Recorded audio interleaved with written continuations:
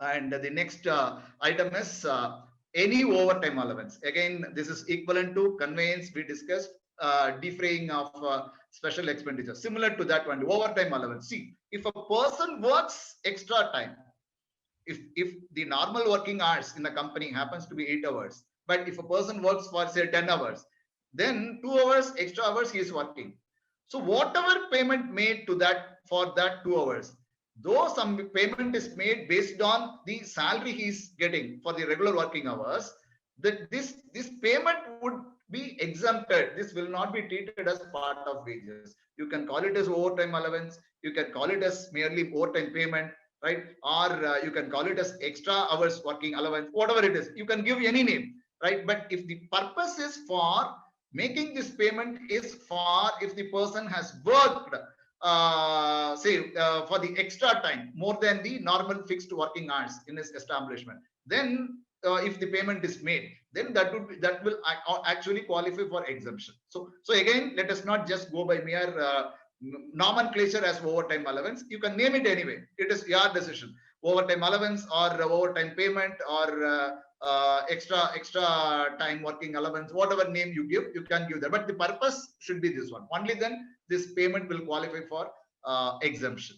And class I think it is commission. Again, it should normally link. It should get linked to the performance of the person apart from the normal monthly salary he gets for his performance. If something is, maybe we can name it as incentive also, it is possible, right? Or incentive bonus, it is also possible, right? But if the purpose is commission, right, then this will also qualify for exemption. Then J, class J, it is gratuity payable on the termination of employment. So only the payment arises only at the time of termination of service of a person, right? So it is not a regular monthly payment, so it very clearly gets excluded. And finally, any retrenchment compensation or other retirement benefit payable to the employee or any ex gratia payment made to him on the termination of employment. I think again this is also very clear. This is also, it talks about only one time payment at the time of termination of service of a person or of an employee, right? So I think this is all this to be looked into. So just to consolidate, overtime allowance, again we may have to look at the nature. Commission, we have to look at the nature. Conveyance allowance, we have to look at the nature of the payment. Defray special expenditure, again yes, we have to look at the nature of the payment. Only then these payments will get exempted from terming it as wages, right? So let us be very clear about that. Even today that is the position, right? But unfortunately what happens, we just go with the nomenclature. It is not so, right? We'll move ahead. And any ratio fixed. Yeah, I think this is the crucial part. So first proviso, the definition still continues. So the definition says, provided that for calculating the wages under this class, if payments made by the employer to the employee under clauses A to I, if it exceeds one half, which means if it exceeds 50%, or such as the currently it is 50% only, as may be notified by the central government of all the remuneration. So when you say of all the remuneration, whatever is mentioned in the substantive part, whatever is mentioned in the inclusion part, whatever is mentioned in the exclusion part, all the remuneration we have to calculate that. Then that will give the remuneration, quantum of remuneration. Then classes A to I alone. So that amount we may have to capture. That will give the quantum of the exclusion portion alone. See, the balance will be considered as wages actually, but again the cap is this should be more than 50% of the total remuneration.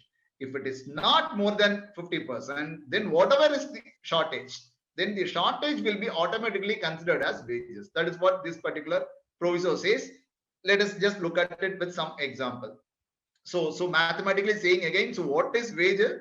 Wages, it is all remuneration. So the first place we may have to determine the quantum of remuneration, and and we have to determine the specific allowances which qualify for exemption as per whatever be considered as wages, and we have to ensure the balance is more than 50% of the total remuneration quantum. So that is the point here.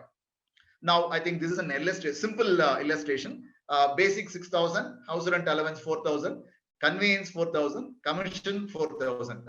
Again, just an example. So the total salary comes to 18,000, right? Here, I think the HRA is excluded, conveyance is excluded, commission is excluded as per the new definition, as per the definition under the code, right? So the wage portion is only basic, which means that is 6,000.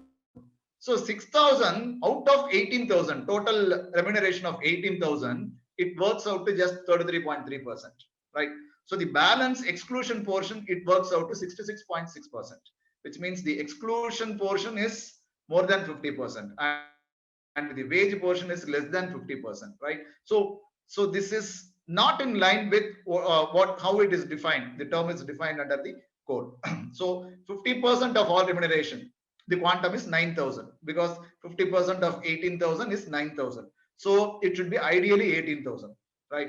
So either we should have a structure in such a fashion that the basic alone in this particular structure comes to 9,000 or more, right? Or if we still continue to have this structure, automatically now 9,000 will be deemed as wages.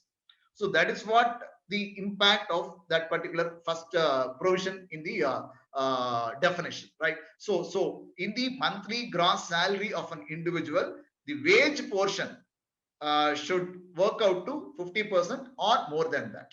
If it is less than 50%, then the shortage will be automatically deemed as part of wages.